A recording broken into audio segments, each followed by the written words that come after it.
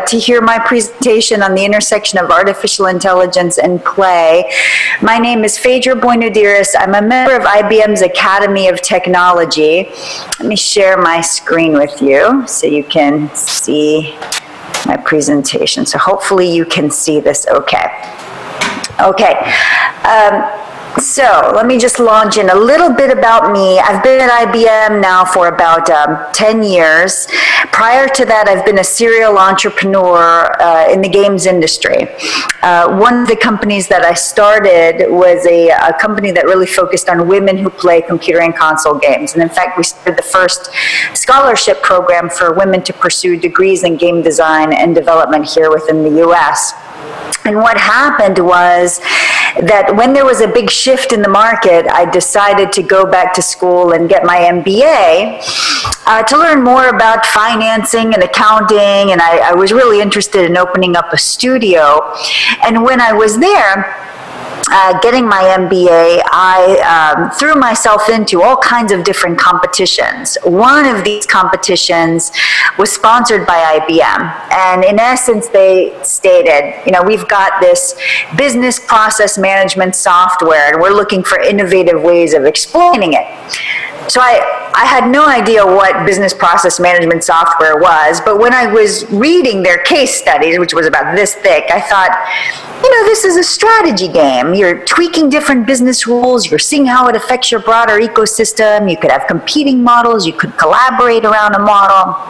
And I presented this idea to my teammates, and I ended up arguing with one of my teammates till about 2 in the morning because he says games are for kids and IBM is too conservative of a company. They're never going to buy off on this idea. And I said, you know, the average age of the gamer today is 35. And in fact, if you think about it via this chart, right, games can be incredibly adept at explaining complex systems. You know, just thinking about StarCraft 2, a city sim game. So we argued for a bit. He ended up abandoning the team, and the rest of us presented this strategy game, and the rest is history. So after Women Gamers, I presented this strategy game, and one of the vice presidents for IBM Strategy was one of the judges, and she funded the strategy game idea on the spot. So I actually was invited to incubate our first Games for Marketing program, which I did for about 4 years, which led to me being asked to incubate our first custom serious games practice across industry, initially for defense, in particular for the process optimization games. But then with the advent of Watson and IBM's cloud, I ended up transforming this interest in cultivating games for more than play to really focusing on how is it that you can use the intersection of artificial intelligence and play to really optimize engagement across the board, whether it's employee engagement, citizen engagement, patient engagement, in ed tech. So this is really where I'm sitting now. So to start with, games, again, can be incredibly powerful instruments of change. We have seen games being used across all kinds of different domains.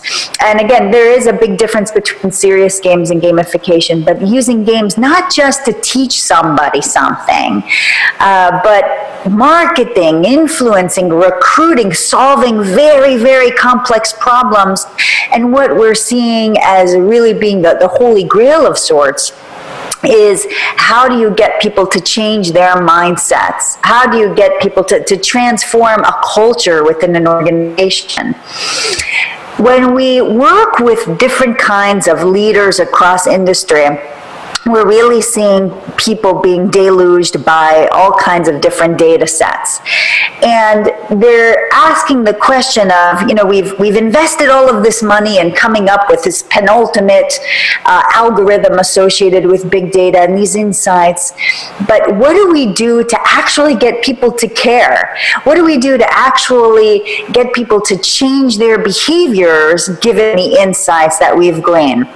And so this is, again, one of the areas where we're seeing a tremendous amount of opportunity in the intersection of artificial intelligence and play. So I'm going to give you a bunch of different examples.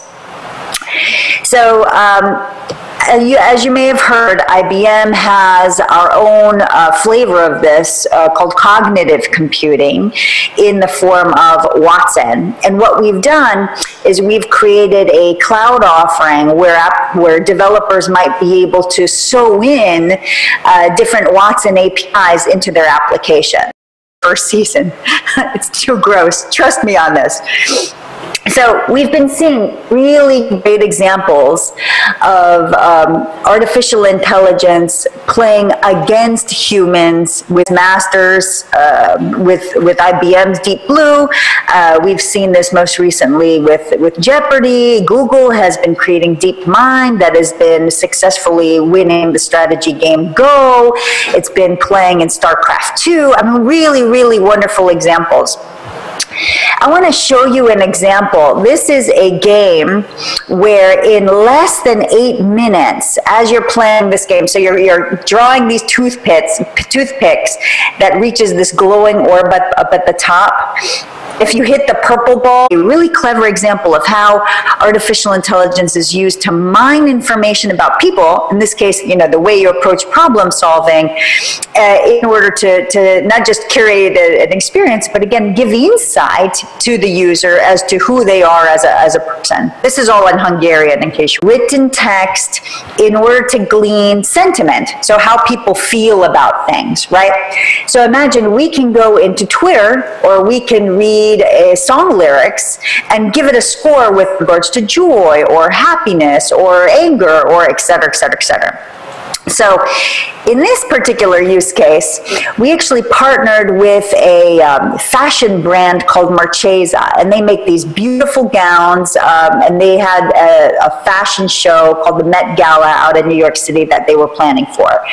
We worked with them to sew these little LED lights within one of their dresses, such that anytime anybody would tweet about the Met Gala, expressing an emotion like, I am so angry, I'm stuck in traffic, I'm going to be late to the Met Gala. The dress, the APIs would aggregate the sentiment, and then the dress would light up in different colors, right? So you could, in essence, aggregate the tone, aggregate the sentiment with regards to how people were feeling, and demonstrate it or show it through this dress. Now, what's very interesting about this is that you can take this a step further, right? Imagine if you might be able to use a tactic like this and tie it into something like artivism, right? Art plus activism. So if you wanted to see how do people feel about changes in public policy with regards to what's happening in India, for example, what's happening, again, dynamically. Really wonderful. So not only can you create within Unity or Unreal these 3D worlds, you can recreate it to spec, but everything that's happening within another environment can actually be demonstrated and shown live. This example is with regards to data insights is what we're doing with Sesame Street. What we're doing is we're mining information about gameplay, in this case for ed tech, and we're dynamically serving up games based on what we know about that particular learner. So think about personalized learning pathways. I can sense what kind of a reader you are, what your preferences are, and now I'm going to optimize, in this case, education based on what I know about you. Vision is another one, another series of APIs. We've got the ability to recognize images. We can train our API to recognize all kinds of different images. We have kits for this. So imagine, as an example, if you've got a child who's starting to build a robot, you've got the ability for the API to use a camera and say, hey, are you building a robot, right? So there's all kinds of things you can do with this kind of capability as well.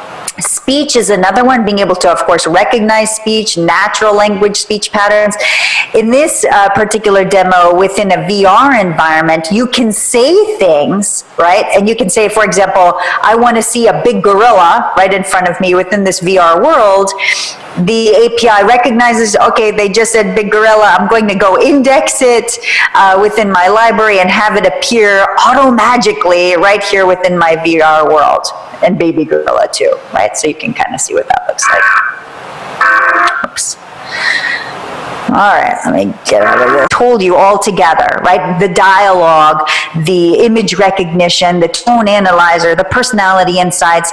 And now I'm training a chatbot, not just to have a dialogue with you, but to have a dialogue knowing a lot about you or learning about you, right? I know, for example, I can guess how old you are. I can guess that you're angry right now. I can guess, or I can see which room you're in, how many exits there are in the room. You know what I mean? Like whether the furniture around you can be moved around. Imagine if you've got that kind of power, what you could do with something like that. How is it you can optimize an experience?